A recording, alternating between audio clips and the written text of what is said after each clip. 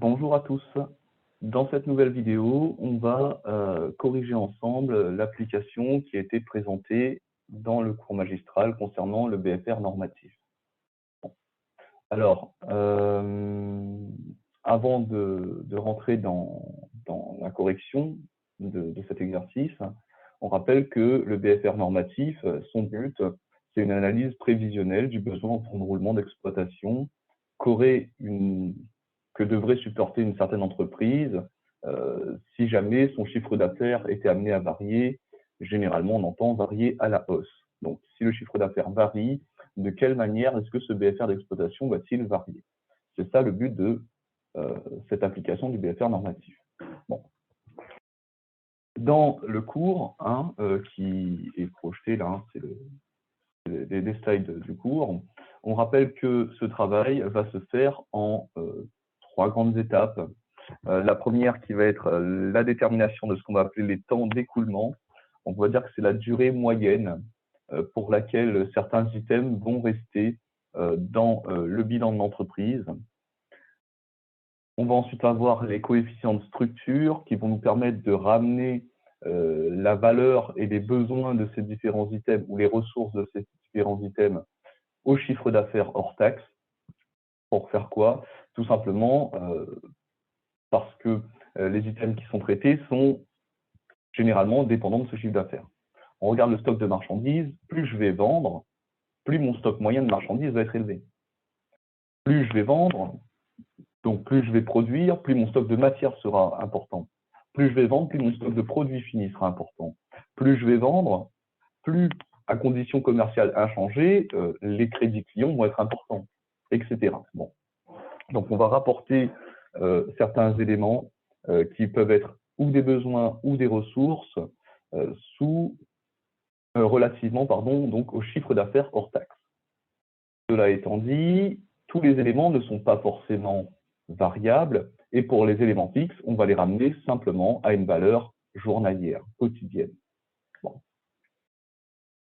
Dans la troisième étape, on va combiner les temps d'écoulement et les coefficients de structure afin de déterminer pour les besoins et les ressources qui peuvent être exprimés relativement au chiffre d'affaires, donc besoins et ressources variables, à la fois des besoins en nombre de jours de chiffre d'affaires hors taxe, des ressources en nombre de jours de chiffre d'affaires hors taxe, et pour les éléments fixes, des besoins et des ressources par jour.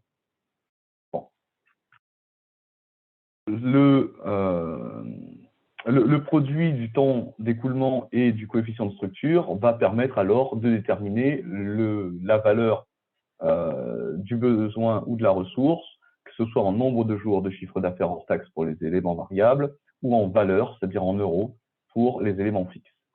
Bon. Dernière slide, donc ça c'est l'énoncé et je partirai évidemment du principe que vous avez l'énoncé sous les yeux. Bon.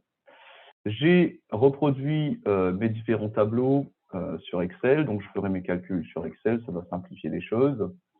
Cela étant dit, je ferai en sorte de garder affichés les calculs qui sont effectués. Donc on va augmenter un peu la taille de cette colonne, justement, pour qu'on puisse voir le calcul qui est fait. Alors, avant de rentrer dans la détermination des temps d'écoulement, je rappelle en premier lieu que les formules qu'on peut retrouver dans le cours concernant les temps d'écoulement sont des formules à appliquer dans le cas où, et uniquement dans le cas où, on ne pourrait pas obtenir ces informations autrement. Dans certains énoncés, et c'est le cas par exemple du TD3, de l'exercice 3 du TD3 il me semble, ou de l'exercice 4 du TD3, on peut le revoir rapidement.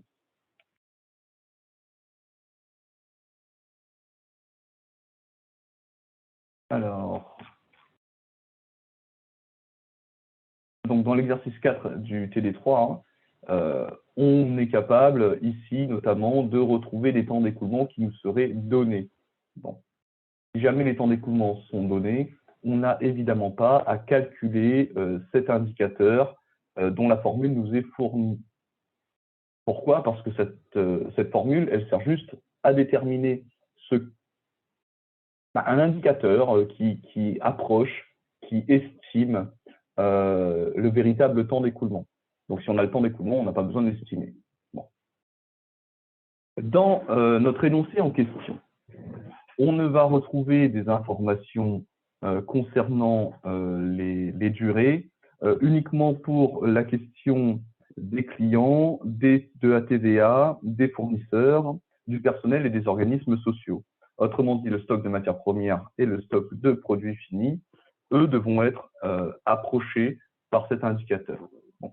On notera d'ailleurs que dans cet exercice, nous n'avons pas de marchandises, donc évidemment, nous ne déterminerons pas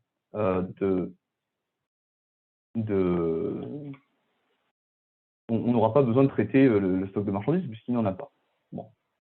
Alors, stock de matière, d'abord, on me dit stock moyen de matière.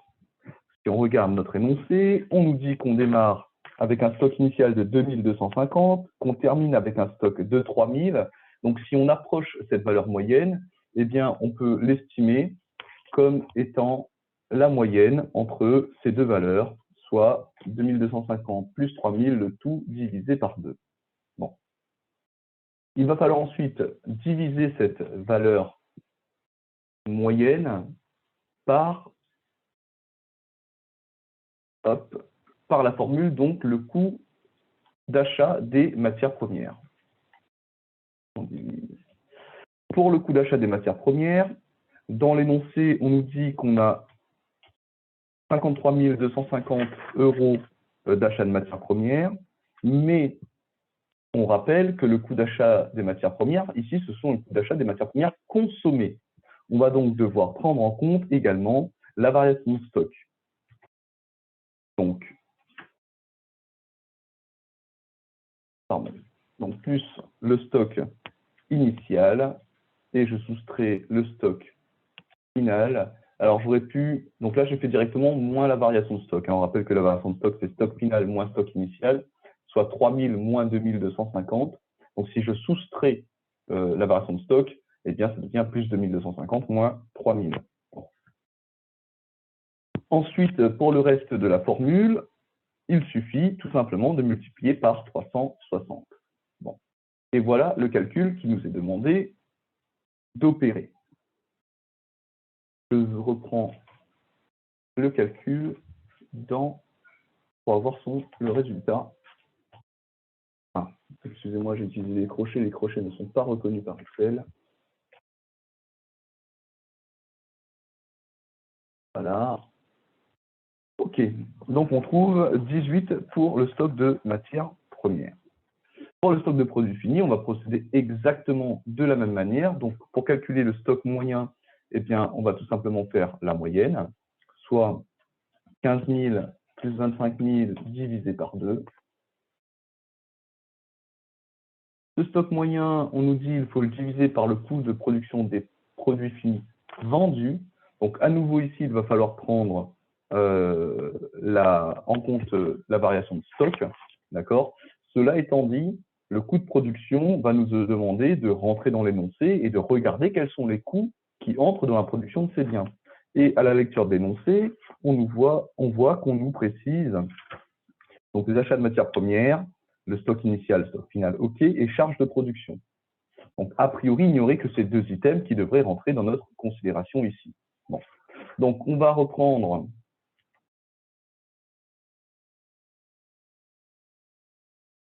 le coût d'achat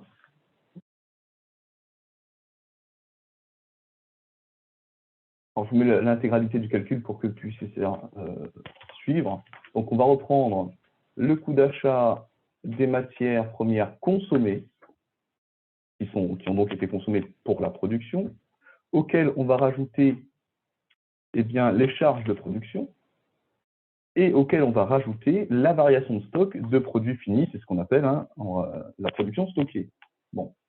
Quand on dit que je le rajoute, je le prends en considération. D'accord? Donc, le prendre en considération, ça veut dire que, à nouveau, je vais en fait le soustraire. Et cette variation de stock, c'est toujours stock final moins stock initial. Donc, je peux faire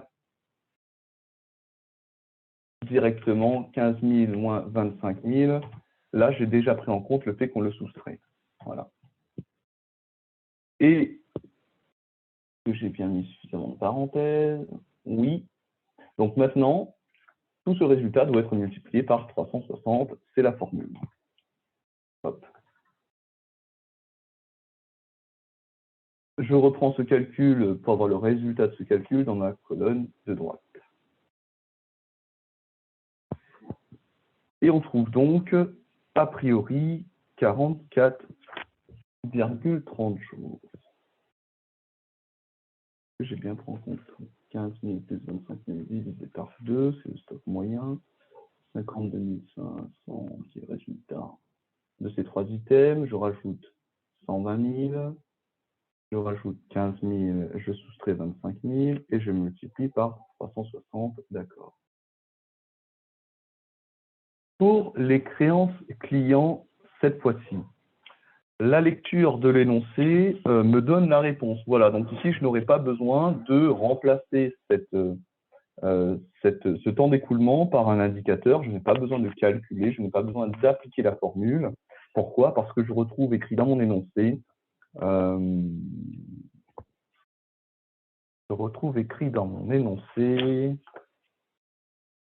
durée du crédit client, TTC, 60 jours. Bon, ben, c'est que le temps d'écoulement est de 60 jours. Pour la question, cette fois-ci, de la TVA déductible.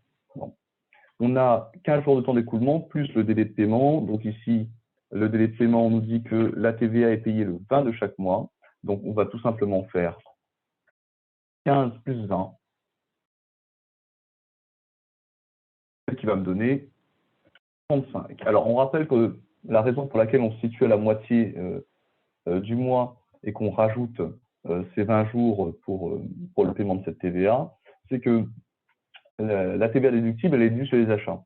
Et on ne sait pas à quel moment ont lieu les achats. Donc, ça peut avoir lieu le 1, le 2, le 3, le 4, le 5, le 6, le 7, le 8, le 9, le 10, le 11, le 12, etc. jusqu'au 30e jour du mois, puisqu'on rappelle qu'en comptabilité, les mois font 30 jours. Et a priori, ben, comme il peut avoir lieu à n'importe quel moment, on va prendre la durée moyenne. Et en finance, on va dire que la durée moyenne d'attente dans le mois est de 15 jours. Bon. Pour cette fois-ci, je rentre maintenant dans mes ressources. Pour le crédit fournisseur, on me dit dans l'énoncé que la durée du crédit fournisseur TTC est de 40 jours. Je n'ai donc pas besoin de passer par un quelconque indicateur. Alors, je vais griser les cases lorsque on n'a pas besoin de faire de calcul et que cette information nous est donnée d'une manière ou d'une autre dans l'énoncé. Bon.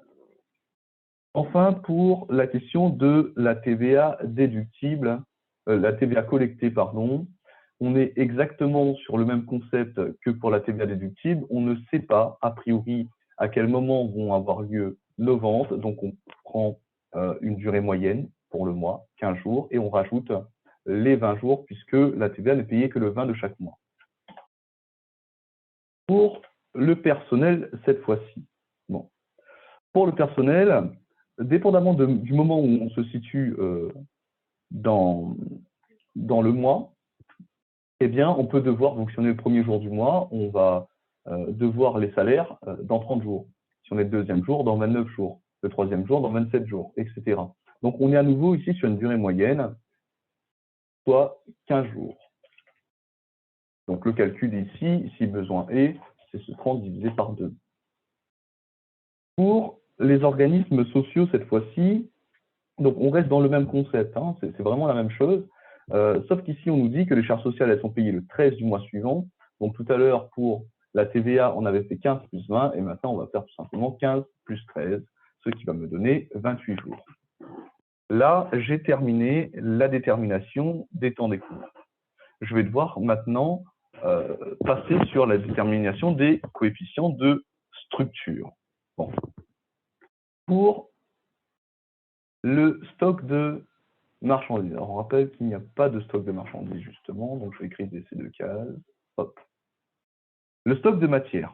Coût d'achat des matières consommées. Tiens, on l'a déjà calculé ici, hein, le coût d'achat des matières consommées. C'était ce montant-là.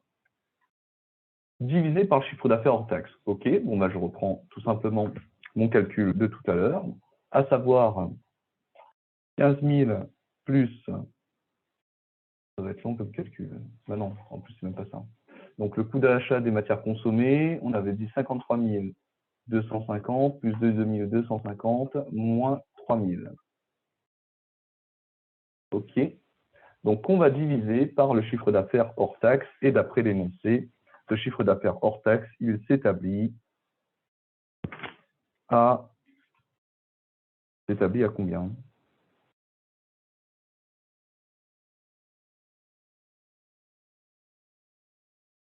À combien s'établit le chiffre d'affaires hors taxe?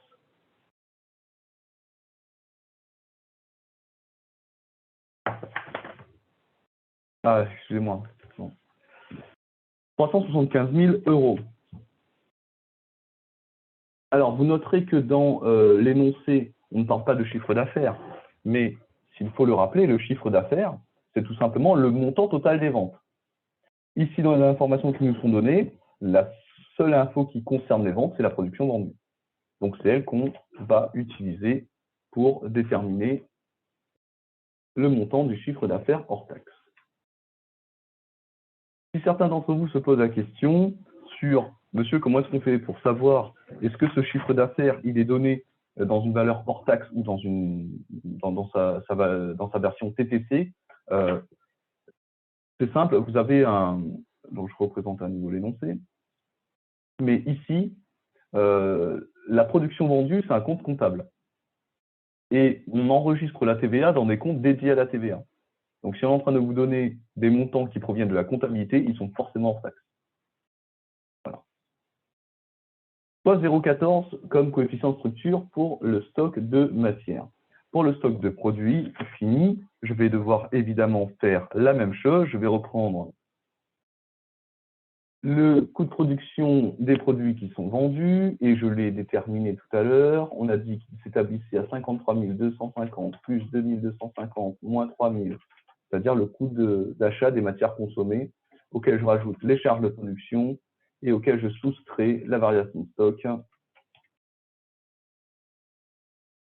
Voilà.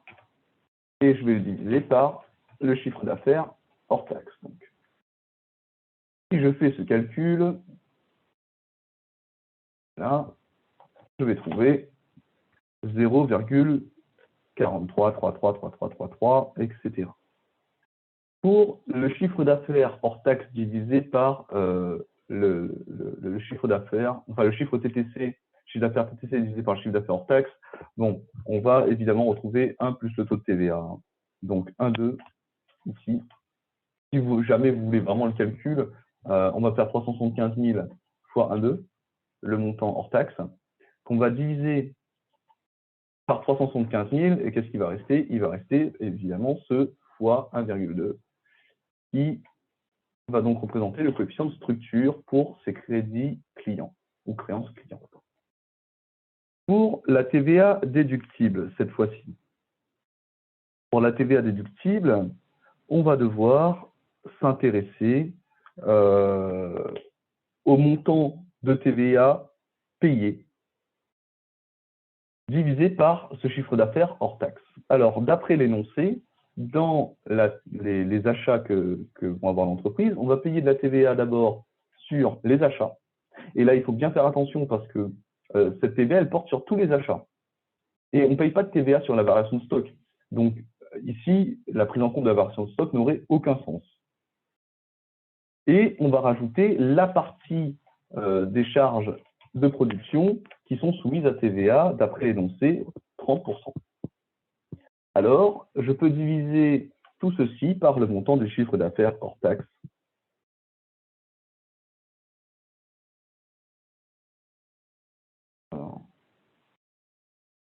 J'ai oublié de prendre en compte la TVA, puisque là, j'ai calculé le montant des achats.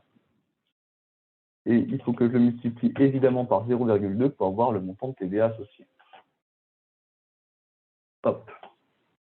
Si je fais le calcul, alors je rappelle que je reprends la formule qui vous est présentée, mais si je mets la formule directement, eh bien, ça fait le résultat. Donc, je suis obligé de mettre les guillemets.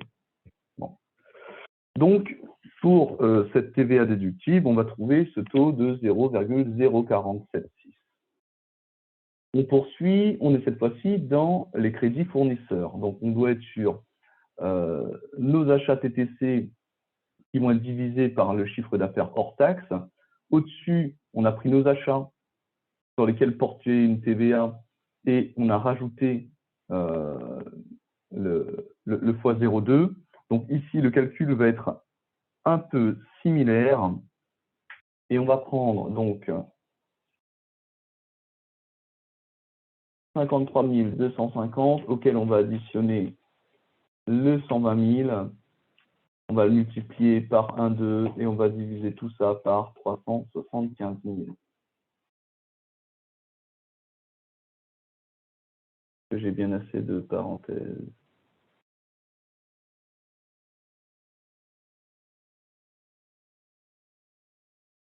Ah, alors. Voilà. Donc, excusez-moi.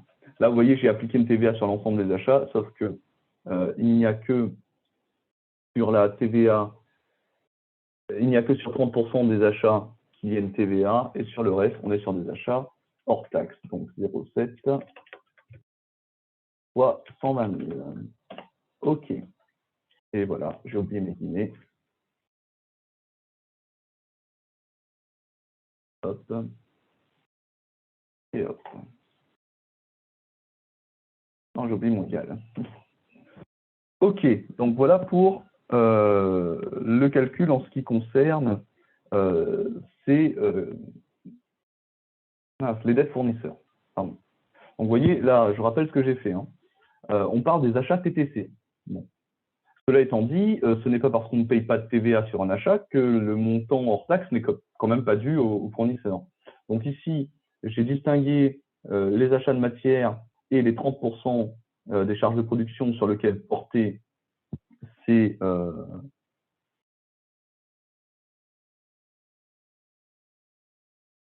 attendez, 30%.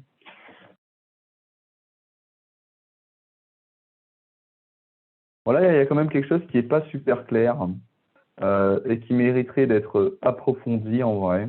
Pourquoi? Parce que je constate qu'ici, on ne sait pas exactement ce qui est lié au fournisseur. Donc là, j'ai fait le choix de dire que la totalité des 120 000 euros était due au fournisseur, une partie étant soumise à TVA, une partie qui n'est pas soumise à TVA. Ça demanderait d'être justifié. L'énoncé n'est pas assez précis. On pourrait me dire, voilà monsieur, écoutez, s'il n'y a pas de TVA sur les 70% des autres charges de production, c'est peut-être qu'il ne s'agit pas d'achats réalisés à l'extérieur de l'entreprise, c'est peut-être des charges internes à l'entreprise, et donc dans ce cas-là, il ne faudrait pas les prendre en considération. Honnêtement, les deux versions sont valables, et il me semble d'ailleurs que j'ai traité de cette manière-là lorsque j'ai corrigé en cours. Là, l'énoncé a un problème, il n'est pas assez précis. Qu'est-ce qui est acheté avec les fournisseurs et qu'est-ce qui est consommé en interne dans ces charges de production? Ce n'est pas clair du tout. Bon. Je rappelle que ces imprécisions qui peuvent exister dans les énoncés qu'on voit ensemble, elles sont volontaires quelque part, hein, parce qu'il y a une part d'appréciation à avoir dans nos matières. Je rappelle également que le jour des partiels, donc mercredi, il n'y aura pas d'indétermination, il n'y aura pas de questions à se poser, l'énoncé sera clair et précis. Donc on ne pourra pas faire les deux. On sera obligé de traiter d'une manière ou d'une autre. Ou bien je vous dirais, il n'y a que 30% des charges de production qui font l'objet d'achats à l'extérieur de l'entreprise, ou bien je vous dirais, il n'y a que 30% des charges de production sur lesquelles est soumise TVA, mais la totalité de ces charges sont bien consommées de l'extérieur. Bon. Donc, on saura exactement quoi faire. Je poursuis.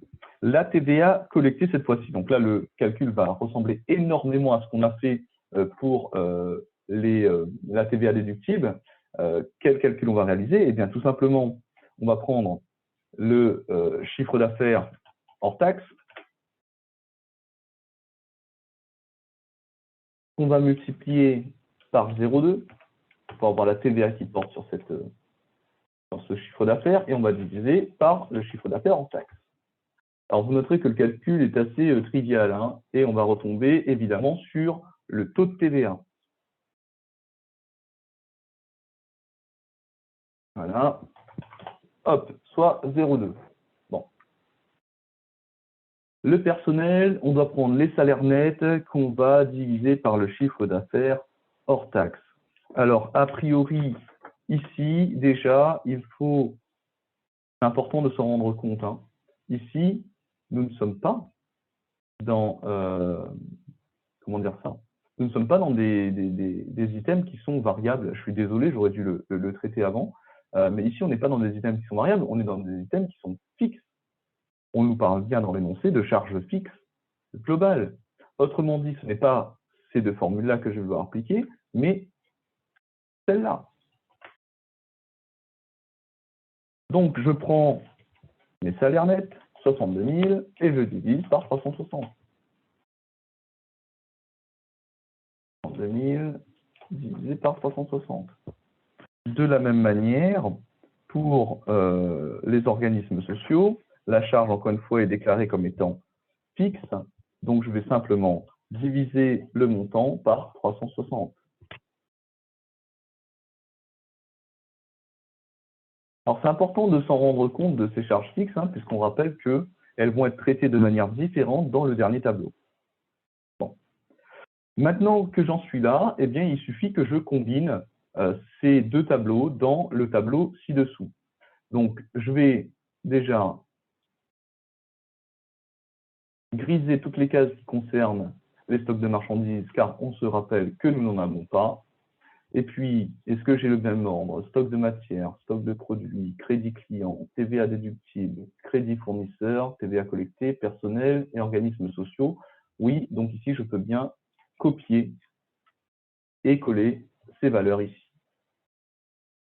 Pour les coefficients de structure, je vais faire exactement la même chose, en distinguant, attention, on le rappelle, ces éléments-là qui sont non pas variables, mais fixes.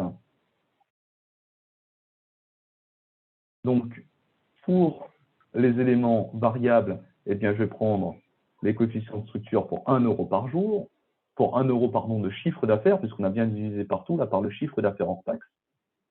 Et pour les deux derniers, je vais récupérer cette valeur, mais dans leur version mensuelle. Pourquoi? Parce qu'on a divisé par 360, donc c'est bien par jour. Bon. Une fois qu'on en est là, eh bien, j'ai envie de dire, le tout est presque terminé. On va devoir simplement calculer le produit du temps d'écoulement et du coefficient de structure, que ce soit pour les besoins ou pour les ressources. Si besoin est, on rappelle que ces items-là représentent des besoins et que ces items-là représentent des ressources. Donc ça, ce sont les besoins. Et ça, ce sont... Voilà. Et ça, ce sont les ressources. Pourquoi est-ce que c'est important de les distinguer, hein, puisqu'on va devoir les traiter dans ces deux types de colonnes séparément. Pour les éléments variables, on fait simplement le temps d'écoulement fois le coefficient de structure, et on le rentre évidemment en jours de chiffre d'affaires hors taxe. Bon. Pour les ressources, ça fonctionne de la même manière. Je calcule tout simplement en faisant le produit du temps d'écoulement et du coefficient de structure. Petit comme police d'écriture ici. Et attention, donc c'est là où ça change. Pour les éléments fixes, je ne vais pas être en jours de chiffre d'affaires, mais je vais être en valeur. Mais je calcule exactement de la même manière. Temps d'écoulement fois coefficient de structure. Voilà alors ce que j'obtiens. Je vais maintenant additionner l'ensemble de mes besoins, l'ensemble de mes ressources, que ce soit en valeur ou en chiffre d'affaires, en nombre de jours de chiffre d'affaires hors taxe. Comme une unité, voilà, en termes de. Donc, voilà, ben là, l'exercice, il est presque terminé. Alors, on va interpréter cette dernière ligne, hein, histoire que tout le monde comprenne correctement ce qu'il se passe. Si j'identifie mes ressources et mes besoins qui sont liés à l'exploitation, les besoins représentent 95,38, à peu près 39 jours de chiffre d'affaires hors taxe. Mes ressources représentent 27,384 jours de chiffre d'affaires hors taxe, et j'ai des ressources qui s'expriment en euros. Autrement dit, mon BFR normatif, il est égal à quoi? Eh bien, mon BFR normatif, il va être égal à 95, donc mes besoins, moins les ressources, jours de chiffre d'affaires hors taxe, et des ressources, donc des ressources 6055,33 €. Voilà à quoi est égal mon BFR normatif.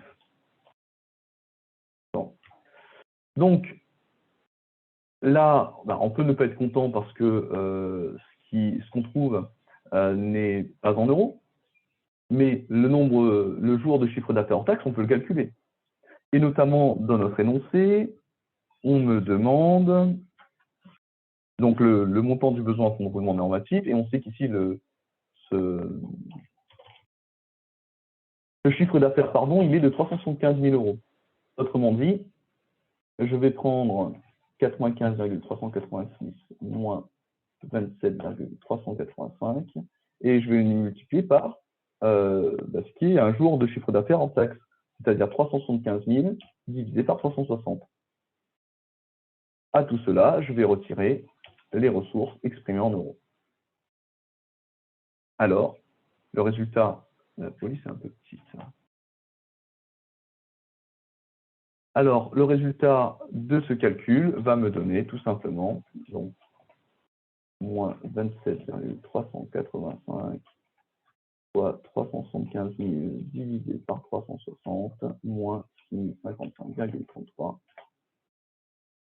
J'ai mis un 3 de trop. Hop. Et donc, cette valeur-là qu'on vient de trouver, c'est la valeur du BFR normatif dans le cas où mon chiffre d'affaires hors taxe est de 375 000 €. Du coup, je rappelle, on a un premier tableau avec les temps d'écoulement. Si on a des indications dans l'énoncé, on peut ne pas passer par les indicateurs et les formules qui sont données. Si on n'a pas l'information, on doit utiliser l'indicateur pour estimer, pour approcher ce temps d'écoulement. Dans les coefficients de structure, on va devoir distinguer les éléments fixes et les éléments variables.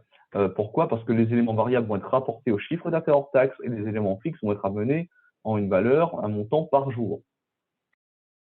Troisième étape, j'intègre toutes mes infos dans mon tableau qui va me permettre de déterminer mon BFR normatif. Je fais bien attention à la distinction entre mes besoins et mes ressources, à mes besoins, puis à la distinction entre le variable et le fixe. Je calcule, j'additionne et je fais la différence entre mes besoins et mes ressources en jours de chiffre d'affaires hors taxe. Et si j'en avais, parce que là je ne l'ai pas fait, mais j'aurais dû faire aussi la différence entre mes besoins et mes ressources en montant. Donc là, j'aurais pu mettre plus 0, moins 6055,33, mais le plus 0, comme il ne sert à rien, je ne l'ai pas indiqué. Bon. Voilà pour le BFR normatif. J'espère que ça vous ira. Je rappelle que on aura un petit exercice sur le BFR normatif dans le partiel de mercredi et que celui-ci adoptera plutôt une forme simple comme cette application. Bon, là, il y a quand même pas mal d'étapes, mais comme cette application ou comme l'exercice 4 du TD, ça n'aura pas la forme de l'exercice 5 qui est un peu plus complexe, un peu plus longue et d'après moi, infaisable dans un partiel de 2 heures de manière sereine. Voilà. En espérant que cette vidéo vous aidera à mieux comprendre de quelle manière est-ce qu'on applique ce tableau permettant de déterminer le BFR normatif, je vous souhaite un bon courage pour la fin de vos examens et pour la suite de vos révisions. Et je vous dis à tout à l'heure, puisque je rappelle que de 13 à 15 heures, je vous accueille pour une séance de questions-réponses en finance d'entreprise. Merci bien, au revoir.